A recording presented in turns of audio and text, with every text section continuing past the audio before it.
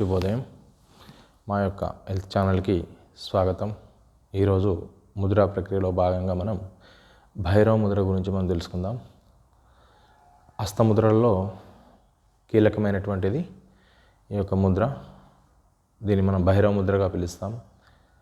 ఈ యొక్క భైరవ ముద్రని మనం ఎలా ఆచరిస్తామంటే, మనకున్నటువంటి రెండు చేతులను తీసుకున్నట్లయితే మన యొక్క ఎడమ చేతిలో కుడి చేతిని ఆనిస్తూ రెండు బొటన వేళ్ళని మనం టచ్ చేసి ఉంచుతూ ఇలా మన నాభికి అభిముఖంగా ఇలా ఈ పోచర్ని తీసుకున్న తర్వాత మన యొక్క సూర్యనాడిని, చంద్రనాడిని, అలాగే మన యొక్క పొట్ట కండరాలను సమ్మిళితం చేయడం లోపల ఈ ముద్ర అనేది మనకి చాలా కీలక పాత్ర వహిస్తుంది. ఈ ముద్రను మనం ఆచరిస్తున్నప్పుడు మనం ఎదుర్కొంటున్నటువంటి ముఖ్య సమస్య గ్యాస్ట్రిక్ సమస్యను.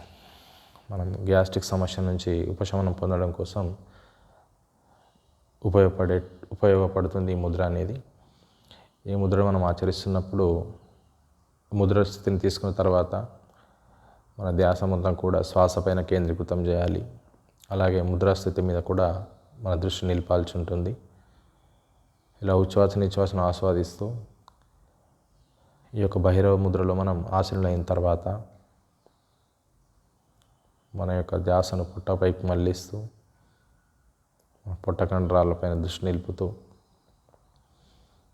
ఈ యొక్క ముద్రని మనం ఒక 15 నిమిషాల నుంచి 20 నిమిషాల పాటు మనం ఆచరించినట్లయితే మనం ఈ యొక్క చెప్పుకోలేనటువంటి స్థితి ఏంది ఈ గ్యాస్ట్రిక్ సమస్య అనేది ఎవరితో కూడా మనం విన్నవించుకోలేము. ఆ సమస్య నుంచి మనం మనలో మనమే దిగమింగుకుంటూ సతమతం అవుతూ ఉంటాం. ఆ యొక్క సమస్య నుంచి మనం ఉపశమనం పొందడానికి మనకి ఈ యొక్క భైరవ ముద్ర అనేది మనకు తోడ్పడుతుంది.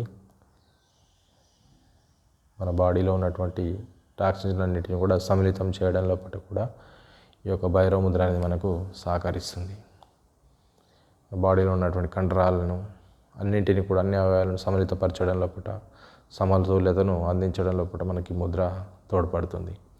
ఈ ముద్రను మనం ఆచరిస్తున్నప్పుడు మన నాభికి అభిముఖంగా రెండు చేతులను ఎడమ చేతి మధ్యలో కుడి చేతిని ఆనిస్తూ అరచేతిలో రెండు చేతులను ఒకదానిపైన ఒకటి ఆనిస్తూ రెండు బొటన వేళ్ళను అటాచ్ చేస్తూ పూర్తిగా ఉచ్ఛ్వాస ధ్యాస నిలుపుతూ దీర్ఘంగా శ్వాస తీసుకోవాలి.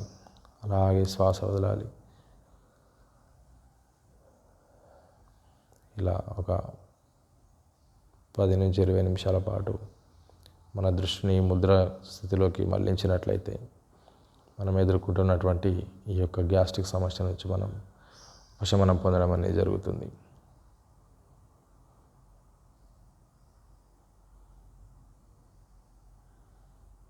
ఈ స్థితిని మనం ఆచరిస్తున్నప్పుడు సిద్ధాసన కానివ్వండి, సుఖాసన కానివ్వండి, వజ్రాసనలో కూడా మనం కూర్చొని ఈ ముద్రా స్థితిని మనం ఆచరించవచ్చు.